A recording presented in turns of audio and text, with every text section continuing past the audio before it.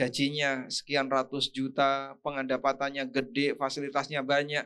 Tapi dia punya orang yang dia benci, lawan politiknya. Hakikatnya orang seperti ini tidak akan bisa bahagia.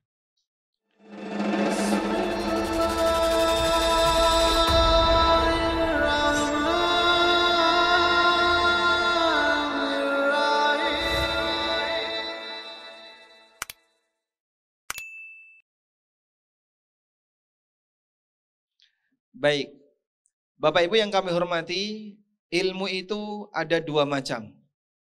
Ilmu ada dua macam. Ilmu riwayat dan ilmu dirayat. Saya pernah nyampaikan ini di masjid mana? As-Sakinah ya. Iya. As-Sakinah ya. Yang tagline-nya Din Cover Dunia. Masjid apa? As-Sakinah ya. As-Sakinah itu di mana? Bintaro. Baik. Panitianya ada di sini ya. Ilmu ada dua macam. Sekarang coba kita tes panitianya. Masih ingat gak? Yang pertama, ilmu riwayat. Yang pertama, ilmu riwayat. Apa itu ilmu riwayat? Ilmu riwayat adalah ilmu yang membahas validitas dalil. Ilmu yang membahas validitas dalil. Sudah?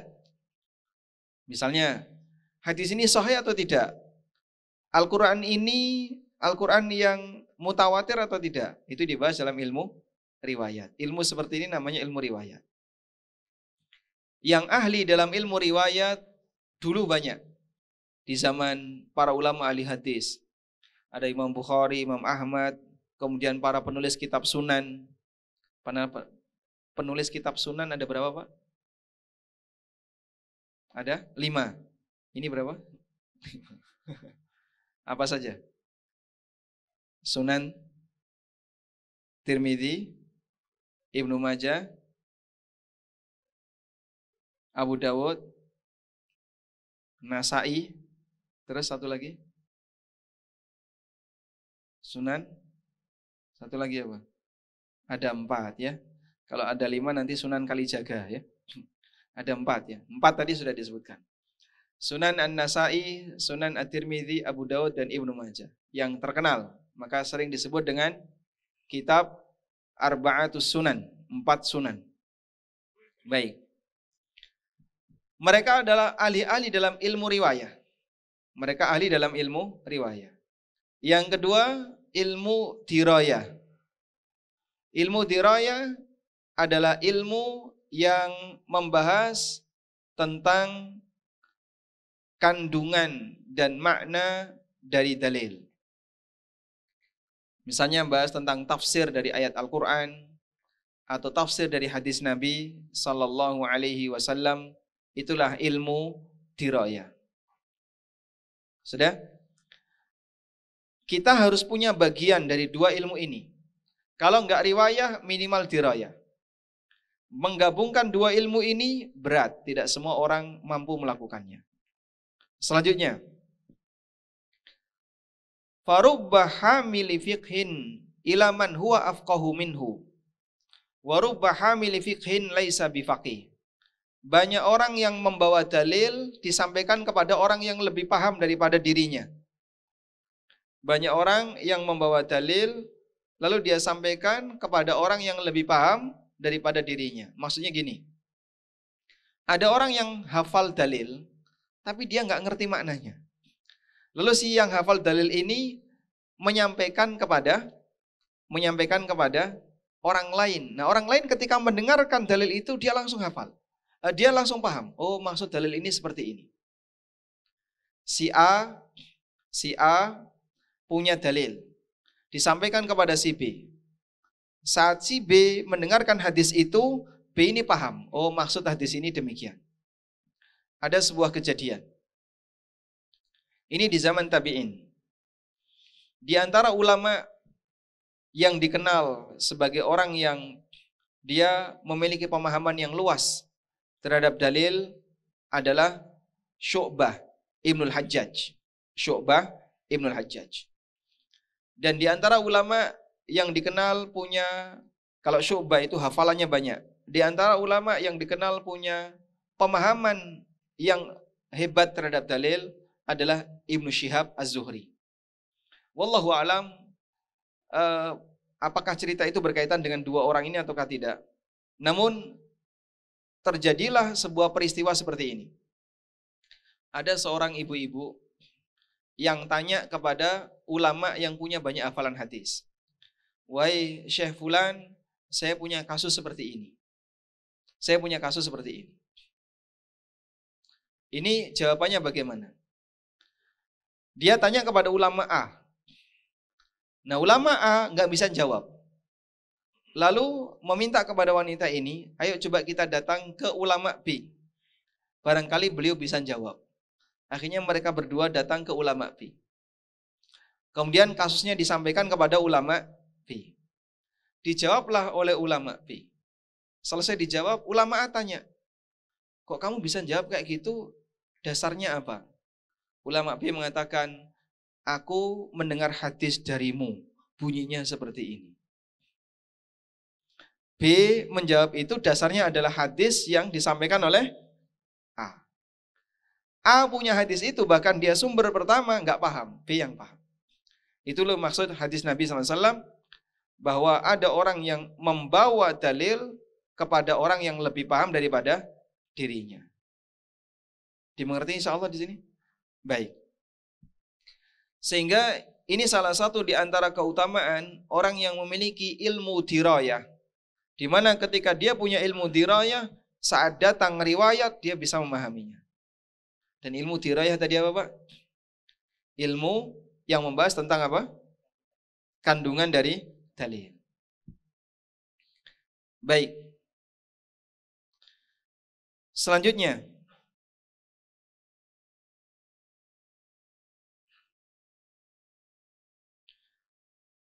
sebagian ulama punya keunggulan dalam ilmu dirayah, namun dia tidak punya keunggulan dalam ilmu riwayah. Contohnya Imam Syafi'i. Imam Syafi'i itu dalam ilmu dirayah lebih unggul, melebihi keunggulan dalam ilmu riwayah. Sampai beliau pernah mengatakan kepada murid-muridnya yang ahli hadis, beliau mengatakan, antumus sayadilah wa nahnul atibba. Kalian ini adalah para apoteker, sedangkan aku adalah dokternya. Seorang apoteker, dia bisa membuat obat, tapi dia tidak punya wewenang untuk memberikan resep kepada pasien. Tapi seorang dokter tidak memproduksi obat, namun dia punya wewenang untuk memberikan resep ke pasien. Kata Imam Syafi'i, kalian itu ibarat apoteker dan aku adalah dokternya. Sehingga murid-muridnya itu sebagai sumber hadis-hadis sahih yang disampaikan kepada Imam Syafi'i. Tapi masalah penjelasan, Imam Syafi'i jauh lebih kuat dibandingkan penjelasan yang disampaikan oleh muridnya.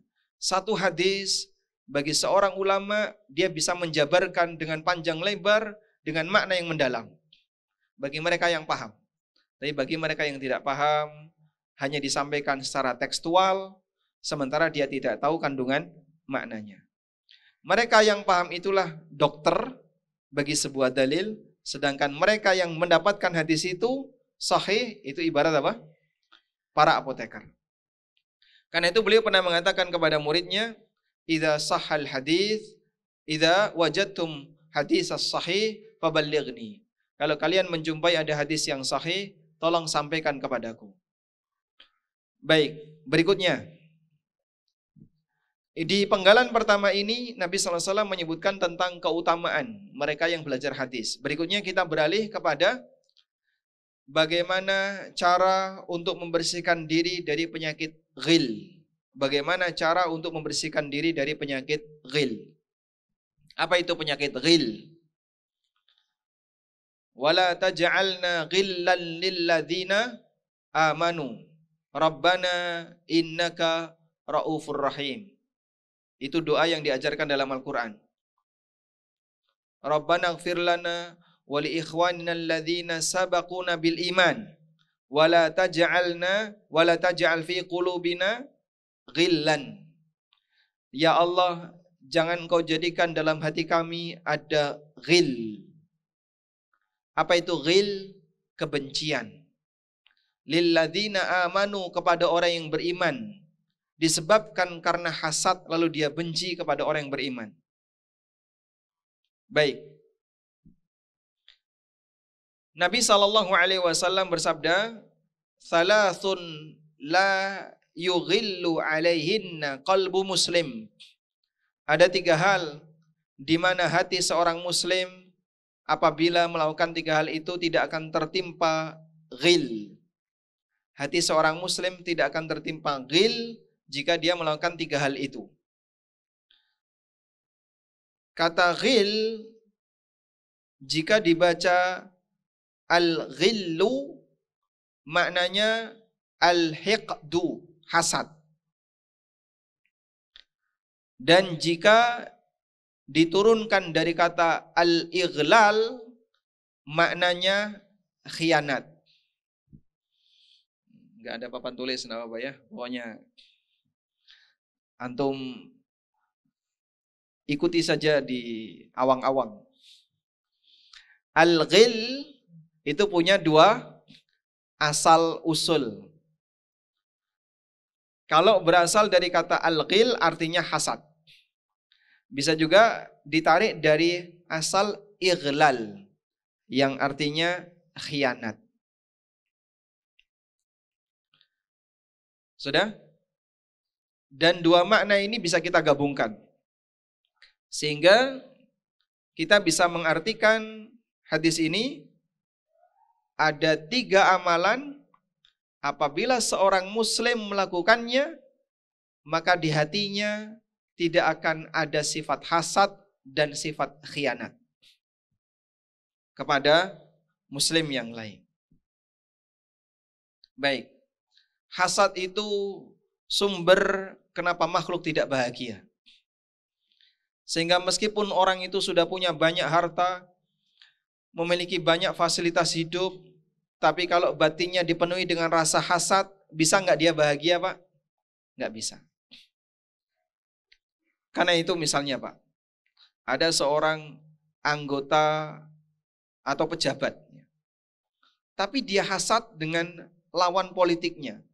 Meskipun pejabat ini punya kedudukan yang tinggi di pemerintahan, gajinya sekian ratus juta, pendapatannya gede, fasilitasnya banyak, tapi dia punya orang yang dia benci, lawan politiknya.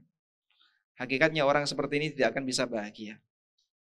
Makanya kalau melihat ada orang yang isinya cuma berantem terus dalam dunia politik, dia berantem, kemudian digoreng sama wartawan, makin panas, orang seperti ini gak bakalan bisa tenang. Hatinya akan selalu dipenuhi dengan kebencian, tiap hari sakit hati. Iya, tiap hari sakit hati. Meskipun kalau dia di hotel ya, yang dipilih kamar suite. Tapi tiap hari sakit hati. Nyaman gak kira-kira, Pak? Tidak nyaman. Karena itu kata Ibnul Jauzi rahimahullah, kunci kenapa penduduk surga itu bahagia adalah karena Allah Subhanahu wa taala mencabut rasa hasad pada dirinya. Masya Allah, baru datang.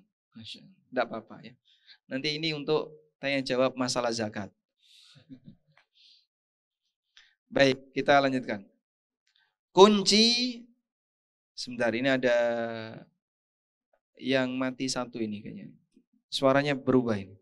Iya, suaranya berubah. Cek, suaranya berubah. Yang sana yang mati. Tes.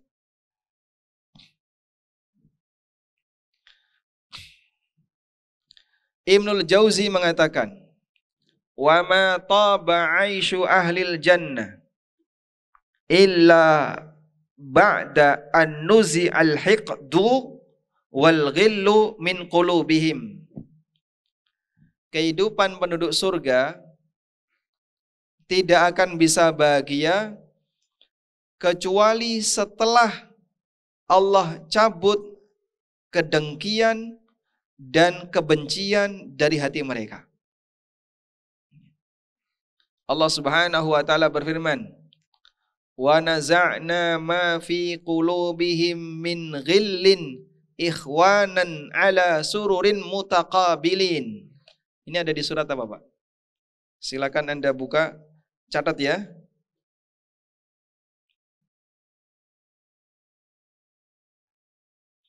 Ada di surat Al-A'raf ayat 43. Atau juga ada di surat satu lagi. Ada dua dalam Al-Quran. Ada di surat Al-Hijr ayat 47. Ada di surat Al-Hijr ayat 47. Yang tadi saya baca Al-Hijr ayat 47. Salah satu di antara karakter penduduk surga. Wa naza'na ma fi sudurihim min ghillin. Kami cabut rasa ghil dari hati mereka. Ikhwanan, sehingga mereka itu bersaudara. Ala sururin, di atas dipan-dipan, mutaqabilin, saling berhadap-hadapan, mereka bahagia. Masya Allah. Makanya kalau ada ibu-ibu tanya, Pak Ustadz, katanya lelaki surga itu minimal dikasih berapa istri, Pak? Minimal berapa, Pak? Anda mau berapa? Minimal berapa? Dikasih 2 ya? Minimal 2. Saya kalau lawan bidadari ya enggak kelasnya tau Pak Ustadz. Bidadari kan demikian cantik. Nanti saya kalau rupane kayak gini dibawa ke surga itu kan kalah saing sama bidadari. Itu terus suami saya kan lebih senang bidadari daripada dirinya. Nanti apa saya enggak cemburu? Jawabannya gimana, Pak? Jawabannya gimana? Tidak ada cemburu. Sehingga wanita ini meskipun suaminya diberi oleh Allah bidadari sebanyak 70, dia tetap bisa bahagia. Meskipun suaminya memiliki banyak istri. Karena Allah Subhanahu wa taala mencabut ghil dari hatinya. Makanya kalau misalnya ibu-ibu pengen berlatih jadi bidadari, maka gimana Pak lanjutannya? Izinkan suaminya apa? Mati dulu. Baik. Allah Subhanahu wa taala mencabut ghil, kedengkian dari hati penduduk surga sehingga mereka tidak saling iri. Dan saat mereka tidak saling iri itulah mereka bisa merasakan kebahagiaan sebagaimana rasanya. Tapi kalau orang masih punya rasa iri dalam sebab apapun, dia tidak akan bisa bahagia. Tayyib. Selanjutnya, penyakit untuk atau cara untuk bisa menghilangkan rasa iri, yang itu mungkin saja timbul dari diri setiap hamba. Ada 3 yang disebutkan oleh Nabi SAW. Yang pertama adalah ikhlasul amali lillah, mengikhlaskan amal untuk Allah. Orang yang ikhlas amalnya untuk Allah, dia tidak akan menaruh harapan kecuali dari siapa? Kecuali dari siapa? Saya ulang.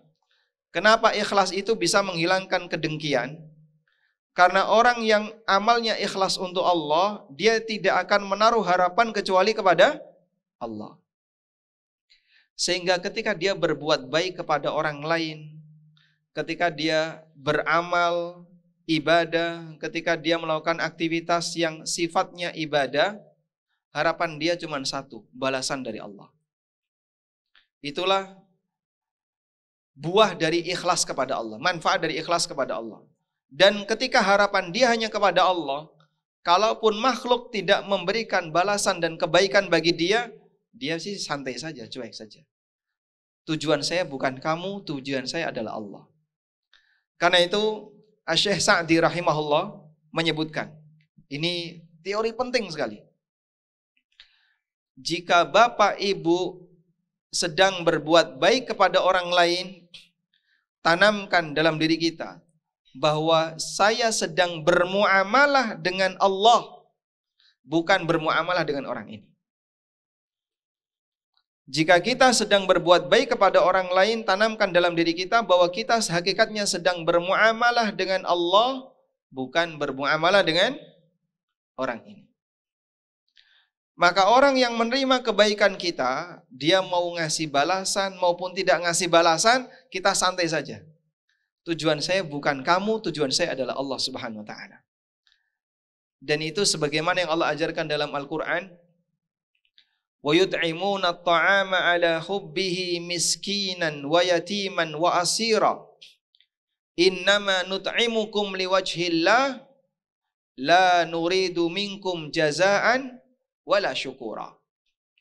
Mereka memberikan makanan yang paling dia sukai kepada orang miskin, kepada anak yatim, dan kepada tawanan, kepada orang yang membutuhkan.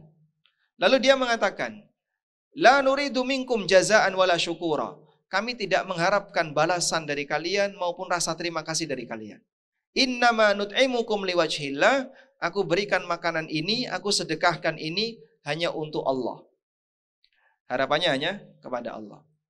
Sehingga misalnya ada anak yang lebih berbakti kepada bapaknya, anak lebih berbakti kepada orang tuanya. Dia punya saudara nih. Saudaranya kurang berbakti kepada orang tuanya. Tapi ternyata saat bapak memberikan sesuatu, semua anak dikasih sama. Atau bahkan kadang ada anak yang dia dikasih lebih padahal dia kurang berbakti. Ujian bagi anak yang lebih berbakti. Jasa saya kepada bapak lebih besar. Jasa saya kepada ibu lebih besar. Kok kamu bisa dapat lebih banyak? Ngefek nggak itu, Pak? Kalau orang ini tidak punya sifat ikhlas ketika dia berbakti kepada kedua orang tuanya, bisa sakit hati. Dan itu diantara penyebab kenapa dalam sebuah saudara, dalam sebuah keluarga, persaudaraan itu bisa berantem. Ada anak perempuan, dia berjasa karena ngerawat kedua orang tuanya. Sampai akhirnya orang tuanya itu meninggal dunia. Padahal jatah warisannya, anak perempuan gimana, Pak? Setengahnya laki-laki. Kakak-kakaknya semuanya pada keluar kota, cari kerja, gak ada yang ngurusi bapak ibunya di usia tua. Sampai akhirnya orang tuanya meninggal. Tapi ini adik perempuan dapat jatah lebih banyak dibandingkan saudaranya yang laki-laki. Lo dulu waktu bapak masih hidup, nalikane bapak ibu tesih sugeng, ketika beliau sudah tua saya ngerawat. Tapi kenapa jatah warisan saya lebih sedikit dibandingkan kalian yang laki-laki? Baik, apakah boleh warisan untuk anak berbakti dikasih lebih banyak daripada yang kurang berbakti? Boleh nggak, Pak? Hah? Kenapa nggak boleh? Kenapa nggak boleh? Boleh nggak misalnya warisan, ada berapa anak? 5 anak, 4 laki-laki, yang bontot perempuan. Ya, karena yang perempuan ini yang ngerawat bapak ibu, maka dia dikasih 3:2. Boleh atau tidak? Hah? Kenapa enggak boleh? Kenapa enggak boleh? Apakah berbakti itu bisa ngoreksi perhitungan warisan? Tidak. Kenapa? Kenapa, Pak? Karena kita berbakti kepada orang tua bukan karena alasan warisan, tapi karena tugas yang Allah wajibkan kepada para anak untuk kedua orang tuanya. Sehingga jangan sampai kita berbakti karena alasan dicekeli warisan, nek gak dicekeli warisan jadi tidak berbakti. Anda itu berbakti bukan untuk dibayar di dunia, tapi berbakti itu Allah yang nanggung pahalanya di akhirat. Sudah? Baik. Nah itu kalau tidak diiringi rasa ikhlas, Pak, sensitif itu, Pak. Sehingga kadang dalam sebuah keluarga, saudara itu bisa saling tegang gara-gara masalah ini. Saya merasa lebih berbakti, saya lebih banyak berjasa, saya sudah kerja banyak, dan seterusnya. Tapi kenapa saya tidak mendapatkan hasil yang lebih? Kalau nggak ikhlas, berantem. Dalam sebuah aktivitas dakwah juga sama. Kegiatan dakwah ya misalnya. Kan biasanya beda-beda itu. Antara ikhwah satu dengan yang lain. Ada yang Masya Allah dia rajin bekerja. Tapi jarang dipanggil ustadz. Ustadznya jarang manggil dia. Tapi ada yang tiba-tiba datang, cari muka di depan ustadz, nanti diajak makan sama ustadz. Nah, kamu baru datang pertama, tiba-tiba langsung bisa dekat dengan ustadz. Saya yang sudah lama di kegiatan dakwah, nggak pernah makan bareng sama ustadz. Ada yang dekat sama ustadznya, ada yang jauh dari ustadznya. Kalau tidak diiringi dengan sifat ikhlas, itu bisa jadi sumber ketegangan. Sehingga nggak ada orang yang iri kepada temannya, ini kenapa kok disayang ustadz, yang ini tidak disayang ustadz.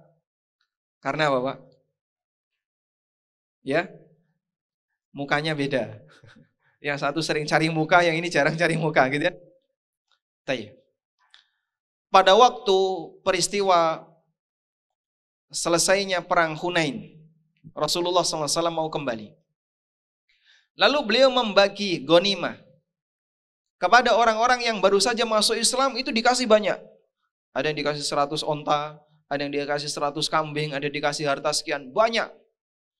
Sementara orang-orang Madinah, orang-orang yang membela Nabi SAW dari awal dakwah, itu nggak dikasih sama sekali. Orang Madinah itu nggak dikasih ghanimah, nggak dikasih sama sekali. Mereka akhirnya berkumpul, orang-orang Madinah ini kumpul. Ketika mereka kumpul, saling rasan-rasan, saling gerendengan. Loh, kita ini kan sudah lama membela Rasulullah SAW. Waktu beliau ditolak berdakwah di Taif, ditolak berdakwah di sini, ditolak. Beliau datang ke Madinah, kita terima. Dan kita kasih fasilitas untuk beliau, tinggal di kota kami. Kita jadikan sebagai pemimpin. Lah kok sekarang tiba-tiba ketika beliau dapat harta banyak, kita malah nggak dikasih, kita dilupakan oleh Nabi SAW. Sementara beliau berikan kepada fulan, ada yang 100 kambing, 100 onta, sekian, Masya Allah. Akhirnya Nabi SAW datang di kerumunan majelisnya orang Madinah ini. Lalu beliau menyampaikan sebuah nasihat yang membuat mereka nangis semuanya. Apa kalimat yang paling indah yang disampaikan ketika itu, Pak? Kalimat yang paling indah, Pak? Ya? Beliau menyampaikan, mana yang lebih kalian pilih? Pulang dengan membawa onta dan kambing, ataukah pulang dengan membawa Nabi? Kalian milih mana? Kalian pulang dengan membawa harta, ataukah pulang membawa Nabi? Mana yang lebih berharga, Pak? Pulang bersama Rasulullah SAW, membawa Nabi. Karena Nabi SAW pulang ke Madinah bersama mereka. Ini jauh lebih berharga daripada pulang membawa kambing, membawa onta, membawa kebun, membawa budak. Dan itu salah satu di antara pengaruh, Pak. Padahal ini terjadi pada sahabat. Ketika kualitas ikhlas itu diuji disebabkan karena masalah harta. Kadang tiba-tiba muncul rasa hasad. Sehingga jamaah, kalau bukan karena kekuatan ikhlas, itu akan membuat hati kita jadi benci kepada orang lain. Sama halnya suami istri. Kadang ada suami yang merasa lebih berjasa dalam sebuah keluarga. Sebaliknya ada istri yang merasa lebih berjasa dalam sebuah keluarga. Lalu begini, Pak, yang sensitif kan masalah menggabungkan antara keluarga dengan mertua. Ya, Pak.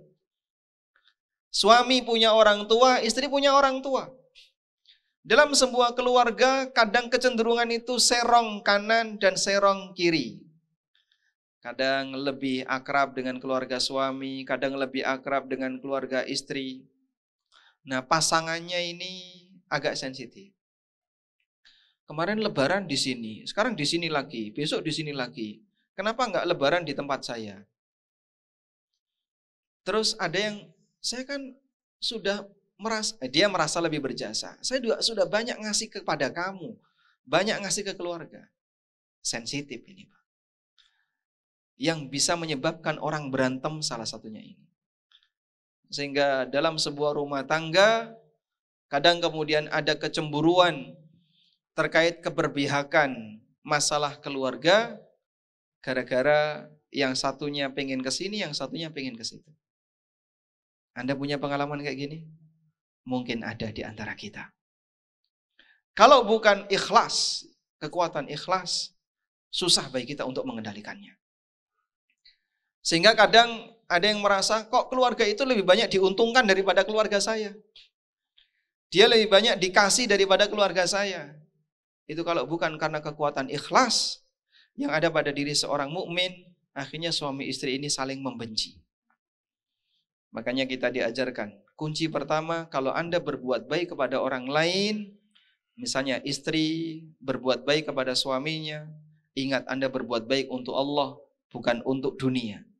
Suami berbuat baik untuk keluarga istri, ingat Anda berbuat baik untuk Allah, bukan untuk dunia.